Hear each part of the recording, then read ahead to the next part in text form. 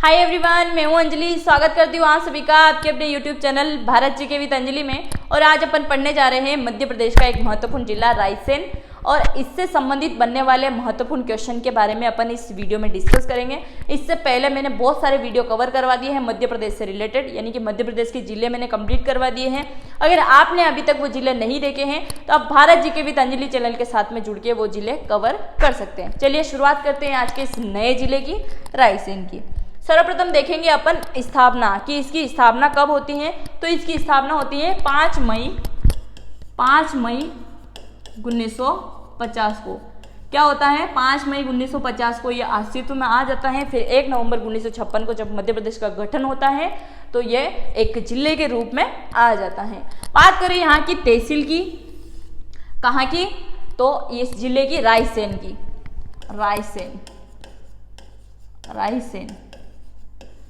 रायसेन की प्रमुख तहसीलें। तो रायसेन की प्रमुख तहसीलें क्या क्या है? रायसेन, गोहरगंज, बेगमगंज, गोहरतगंज, सिलवानी, बरेली, उदयपुरा, बड़ी और सुल्तानपुर। ये क्या है? महत्वपूर्ण तहसीलें हैं रायसेन की। लिंगानुपात की अगर बात करें तो 1000 पुरुषों पे 901 महिलाएं, ये लिंगानुपात है रायसेन जिले का। जनसंख्या की अगर बात करें तो जनसंख्या है 13,31,597। ये 2011 के अकॉर्डिंग है और अभी जनसंख्या बढ़ चुकी है, यानी कि चीन को पीछे पछाड़ेगा भारत और आगे बढ़ेगा जनसंख्या के मामले में, कुछ कह नहीं सकते। साक्षरता की अगर बात करें तो टोटल साक्षरता 73% क्या है? टोटल साक्षरता है। महिला साक्षरता की अगर बात करें तो 64.2% क्या है? महिला साक्षरता है। पुरुष साक्षरता की अगर बात करें तो 80.8% क्या है? पुरुष साक्षरता है। नेक्स्ट बात करें जनसंख्या घनत्व की, तो जनसंख्या घनत्व क्या है? 157 प्रति वर्ग किलोमीटर के हिसाब से क्या है? जनसंख्या घनत्व है। नेक्स्ट है, यह है कुछ महत्वपूर्ण तथ्य और इस जिले के बारे में बनने वाले क्वेश्चन जो कि आपकी एग्जाम में आ चुके हैं या आने की पूर्णतः संभावना है। देखते हैं। रानी बसंती ने किले का निर्माण करवाया। ये रायसेन का किला 40 लगभग कुएं बावड़ी हैं, यानी कि देश में सबसे अधिक अगर कुएं बावड़ी आपको कहीं देखने को मिलेंगे तो वो रायसेन जिले के अंतर्गत देखने को मिलेंगे। और इसका निर्माण कौन करवाते हैं? तो रानी बसंती इसका निर्माण करवाती है, यानी कि देश में आपको कहीं और इतने किले और बावड़ी देखने को नहीं मिलेंगे जो इस किले के अंतर्गत 40+ कुएं और बावड़ी आपको इसमें देखने को मिल जाएंगे। सेकेंड पॉइंट है, बेतवा नदी को मध्य प्रदेश की गंगा कहा जाता है। ये प्रदूषण के आधार पर। तो यहाँ पे कौन सी नदी बहती है? बेतवा नदी। तो प्रदूषण के आधार पर मध्य प्रदेश की गंगा कहे जाने वाली नदी कौन सी है? तो वो आ जाएगी बेतवा नदी। और सिर्फ आपसे पूछा जाए कि मध्य प्रदेश की गंगा कौन सी है तो वो नर्मदा नदी आ जाएगी, यानी कि बेतवा नदी क्या है? प्रदूषण के आधार पर मध्य प्रदेश की गंगा है। ऑप्टिकल फाइबर का कारखाना जापान के सहयोग से बनाया गया है। कहाँ पे है ये? तो ये इस जिले के अंतर्गत है। सांची में विश्व स्तरीय गोल्फ कोर्स प्रस्तावित है। सांची जो एक प्रसिद्ध स्थल है यहाँ का, यह क्या है? विश्व स्तरीय गोल्फ कोर्स प्रस्तावित है। नेक्स्ट आता है, चीन की दीवार जैसी 80 किलोमीटर लंबी दीवार विंध्याचल पर्वत यहाँ स्थित है। यानी कि दीवार कहो या पर्वत कहो या पहाड़ कहो, एक ही बात है। तो विंध्याचल पर्वत कहाँ पे है? 80 किलोमीटर लंबी दीवार यहाँ पे है, चीन की दीवार के समान। यानी कि चीन की दीवार क्या है? The largest wall of world, इसको ये कह सकते हैं, या फिर चीन की दीवार विश्व की सबसे प्रथम या बड़ी दीवार कह सकते हैं। और अगर भारत की सबसे बड़ी दीवार आपसे पूछी जाए तो वो कुंभलगढ़ की दीवार आ जाएगी। ये है विंध्याचल पर्वत श्रेणी। आपसे पूछी गई है कि विंध्याचल पर्वत श्रेणी कितने किलोमीटर की है? तो वो 80 किलोमीटर लंबी है। गिरनौरगढ़ का किला है और ये किसके लिए प्रसिद्ध है? तो ये तोतों के लिए प्रसिद्ध है। और इस क्वेश्चन को आप IMP लगाएंगे क्योंकि ये आपकी एग्जाम में काफी टाइम आ चुका है। तो गिरनौरगढ़ का किला क्यों प्रसिद्ध है? तो तोतों के लिए यह प्रसिद्ध है। नेक्स्ट है, सांची को विश्व विरासत सूची में शामिल किया गया है। और ये आप मुझे कमेंट करके बताएंगे कि सांची के स्तूप को कब विश्व धरोहर में शामिल किया है यूनेस्को ने। तो 2005 में, 2006 में, 2003 में या फिर 2008 में। तो ये आपके पास 4 ऑप्शन है, इसमें से आप मुझे आंसर बताएंगे कि सांची को यूनेस्को द्वारा कब शामिल किया गया है विश्व विरासत की सूची में। विश्व का सबसे बड़ा शैलाशय समूह भीमबेटका अब्दुल्लागंज में स्थित है। तो विश्व का सबसे बड़ा शैलाशय समूह भीमबेटका, ये पुरातात्विक विभाग द्वारा खोजा गया है। भीमबेटका एक गुफा है, कहाँ पे है ये? अब्दुल्लागंज में स्थित है। पर्यटक विभाग द्वारा यहाँ पर भोजपुर उत्सव समारोह का आयोजन किया जाया था। तो पर्यटक विभाग के मंत्री अभी कौन है? तो उषा ठाकुर। कौन है? उषा ठाकुर। पर्यटक एवं सांस्कृतिक मंत्री हैं ये उषा ठाकुर। और भोजपुर उत्सव समारोह का आयोजन होता है पर्यटक विभाग के द्वारा। बरेला गांव में प्रागैतिहासिक शैल चित्र देखने को मिलेंगे, क्योंकि भीमबेटका एक गुफा भी इसी जिले के अंतर्गत आती है और प्रागैतिहासिक शैल चित्र भी आपको बरेला गांव इसी जिले के अंदर देखने को मिलेगी, रायसेन के अंदर। रायसेन के किले में राजा रोहित का महल है, ये प्रसिद्ध पर्यटक स्थल है प्रसिद्ध। तो रायसेन के किले में क्या है? राजा रोहित का महल है, इत्रदार महल है और बादल महल है। तो ये प्रमुख महल और दुर्ग है रायसेन जिले के। इसी के अलावा सांची का स्तूप प्राचीन काल में बौद्ध श्री पर्वत था। और इसके अलावा आप ये चीज भी अच्छे से नोट डाउन कर लीजिए कि बौद्ध धर्म क्या है? बौद्ध धर्म का सबसे पवित्र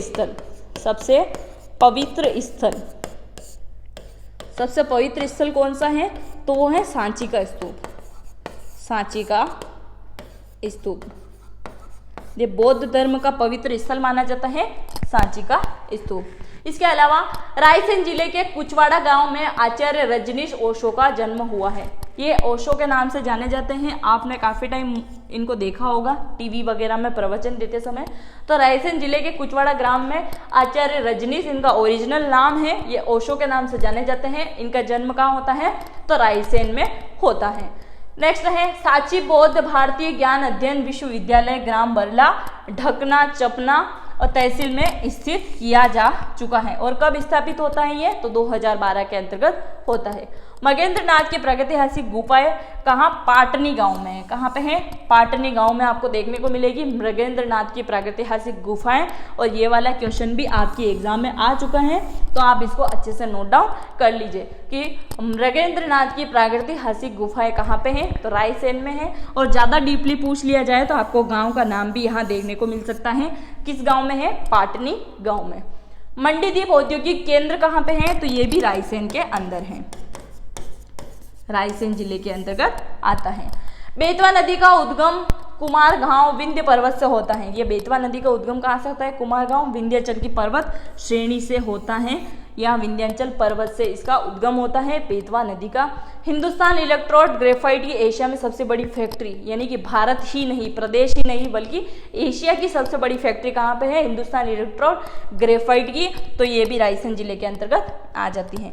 इसके अलावा कुछ महत्वपूर्ण तथ्य है रायसेन जिले के बारे में जो अपन देख लेते हैं। रायसेन एक यहाँ पे दरगाह प्रसिद्ध है, फरीदुल्लाह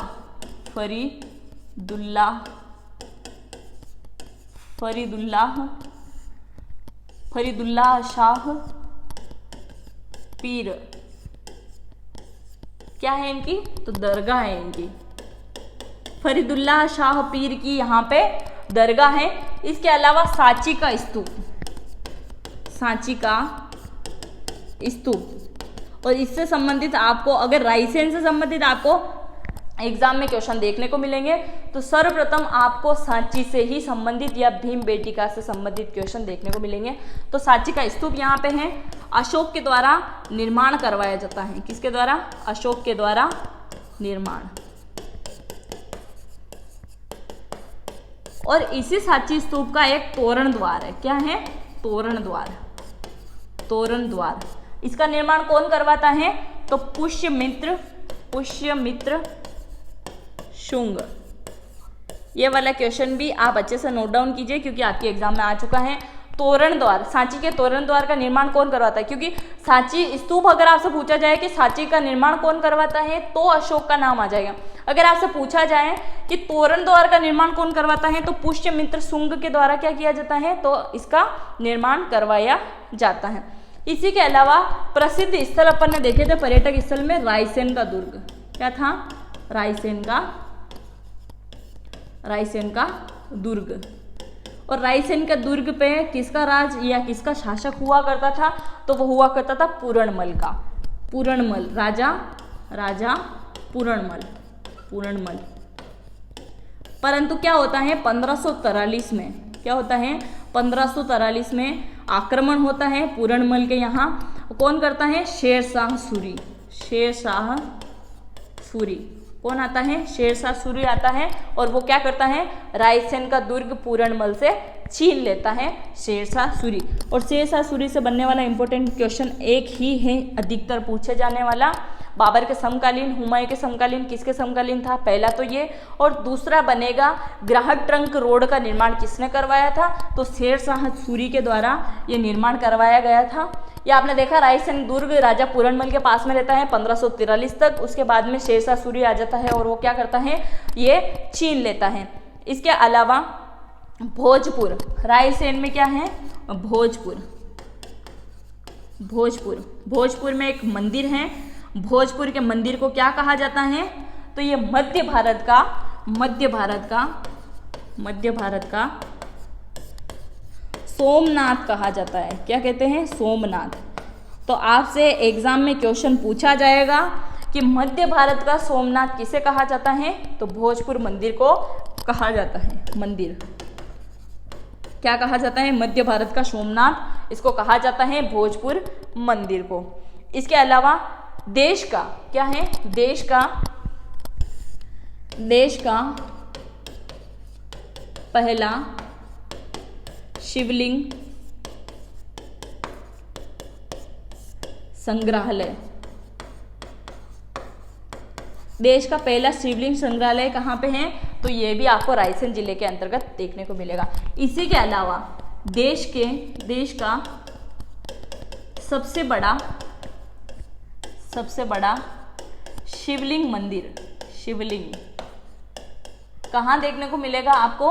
तो ये भी आपको रायसेन के अंतर्गत देखने को मिलेगा कि देश का सबसे बड़ा शिवलिंग कहाँ पे है? तो ये भी रायसेन जिले के अंतर्गत आपको देखने को मिलेगा। इसी के अलावा रायसेन और विदिशा क्या है? इसी के अलावा रायसेन और विदिशा दोनों जिलों की क्या है? एक संयुक्त परियोजना है। क्या है? संयुक्त परियोजना।